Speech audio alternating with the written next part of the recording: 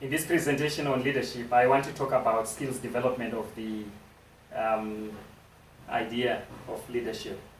In fact, in my leadership handbook, the Leadership Journey Handbook, Confronting 21st Century Challenges, I have devoted a whole chapter to be discussing about how you can be able to develop your leadership skills. I am trying to answer the question, how do I become a leader? And I think that question is asked by a lot of people who aspire to be leaders, who are leaders today. And it's a very important question. Let me demystify the idea that leaders are born. Leaders are made.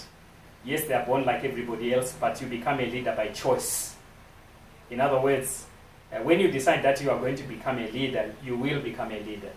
Leadership is learned in the trenches. You become a leader by doing leadership. But let me emphasize the fact that leadership is both learnable and practicable.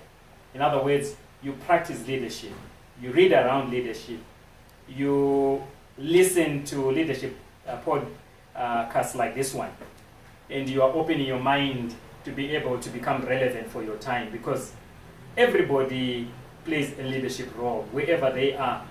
It doesn't take you to be thrust into a leadership position to become a leader.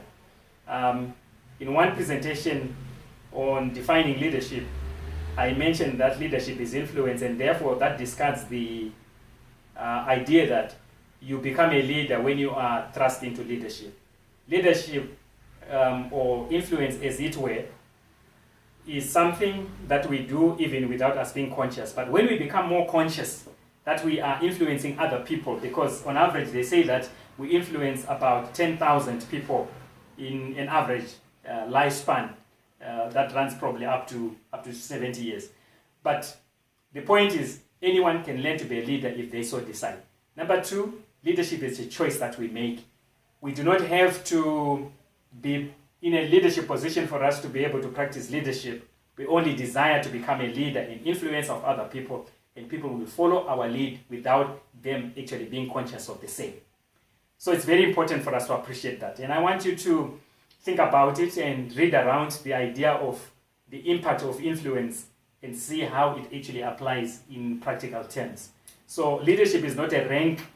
In other words, when you have a rank, yes, you've got authority, but you may actually be very highly ranked in the organization, but you lack leadership skills. You don't have people skills. You cannot connect.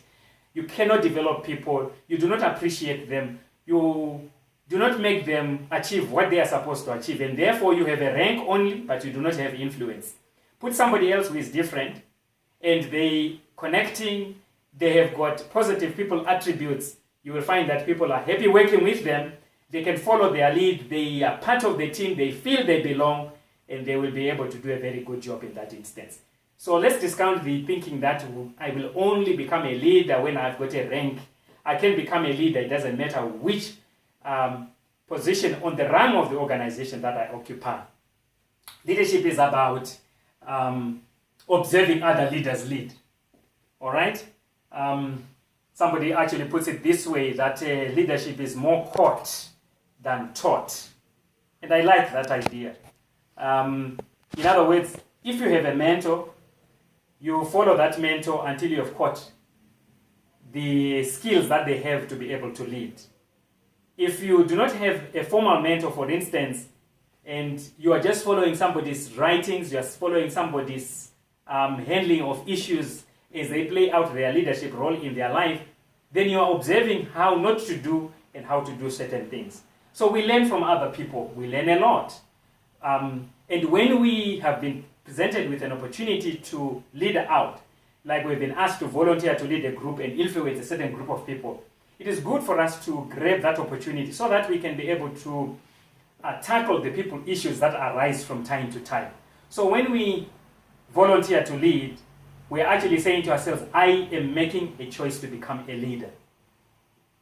The other thing that is very important in terms of skills development that make us effective leaders is to learn to grab and hit problems as they arise. In other words, when a problem arises, what leaders do is they will hit problems headlong.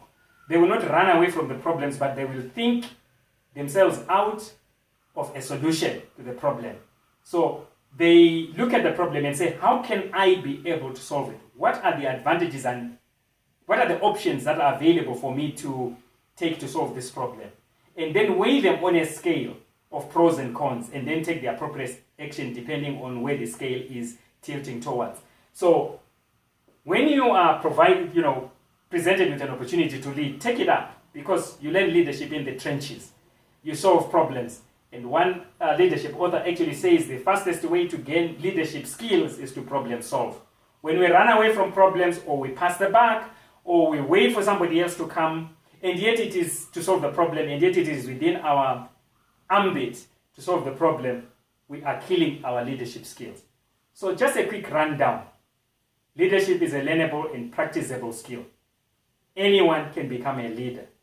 Leadership is a choice, it's not a rank. When we can be able to observe other leaders and copy from them, then we can become better leaders. When we volunteer to lead, we are actually putting ourselves up front so that we can be able to battle the issues that confront leaders on a day-to-day basis. If we can be able to accept the responsibility to problem solve or participate in problem solution, we are sprucing up our leadership skills. I hope this makes sense and that you can put it into practice to your benefit and to the benefit of the organization that you are leading. Thank you very much.